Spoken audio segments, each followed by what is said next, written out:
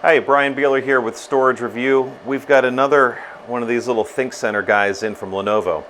Now we've already taken a look at the M90n Nano IoT, which is the not quite bigger brother, but maybe cousin that lives in the next town over from this guy. This of course is the ThinkCentre M90n Nano without the IoT. Couple big differences right off the bat. Obviously this thing's really small. It's because it has a fan. This one's fanless, which is okay, but it has the added fins on top. This is the plastic cover, but underneath the metal fins for dissipating heat, which is really important for more industrial apps. This guy you'll find more likely on a desktop or some other environment there. Has a fan inside, so it'll exhaust like normal, but otherwise is a pretty competent little computer. They start at around $400, but scales up over $1,000 depending on what you want to put inside here. So you will want to be careful when customizing these things. Across the front we've got the power button, USB-C, a couple USB 3.0 ports, and the headphone jack. The main difference when we look at the IoT version are the additional serial ports, which are going to be needed for a gateway for IoT devices. As we roll around the back, they're both pretty similar with the power, DisplayPort, another couple USB regular and C ports. The IoT device has dual NICs, so just again a slight modification for the use case where we pick up an extra USB port here, Kensington lock, and the antennas. One other thing before we take the cover off and take a look at the inside is we get real excited about the little things, right? So there's a branding thing that's pretty neat here. I'm not sure how well it shows up, but the little eye in the ThinkCentre lights up red. The other thing too, as you probably noticed as I was flipping it around, is the bottom is red, the little rubber feet are red, and even the single screw that holds the bottom lid in is red. So maybe something a little silly to get wrapped up in about the coolness of it, but just from a design standpoint, Lenovo's done a lot of work here.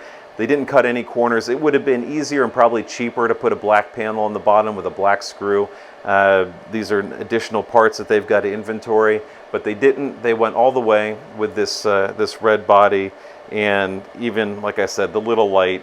It delights us. I'm sure whoever buys one of these things, it'll delight them as well. But let's go ahead and pull the bottom off of this and take a look at the componentry inside. As we take a closer look at the underside of the Nano, we can see a couple technical differences from the IoT unit. This one uses 2 screws to hold the bottom panel in. We only have our 1 red screw here. And we've picked up a couple ventilation points that we don't have on this unit. If you want to see the full teardown, we've got a video of the IoT device already posted, and you can see what the inside looks like. It's really quite remarkable. Now, Kevin has warned me to not strip the color off of the red screw. He's quite protective of that little fellow. So we'll go ahead and pop that screw out. This slides down and lifts up. Now inside, the board itself is pretty much identical to the IoT version. In the Nano that we have, we've got a Core i5 processor. This does support up to Core i8. Lenovo has about 5 or 6 different CPU offerings. We can also see our M.2 SSD that's in here. Of course, just like the other one, there's a second port, which is fantastic. Let you get some redundancy or some additional storage. A couple terabytes of flash storage in a unit this small is really quite impressive. The biggest thing, of course, is the fan. We can see that nestled under this SSD on the right.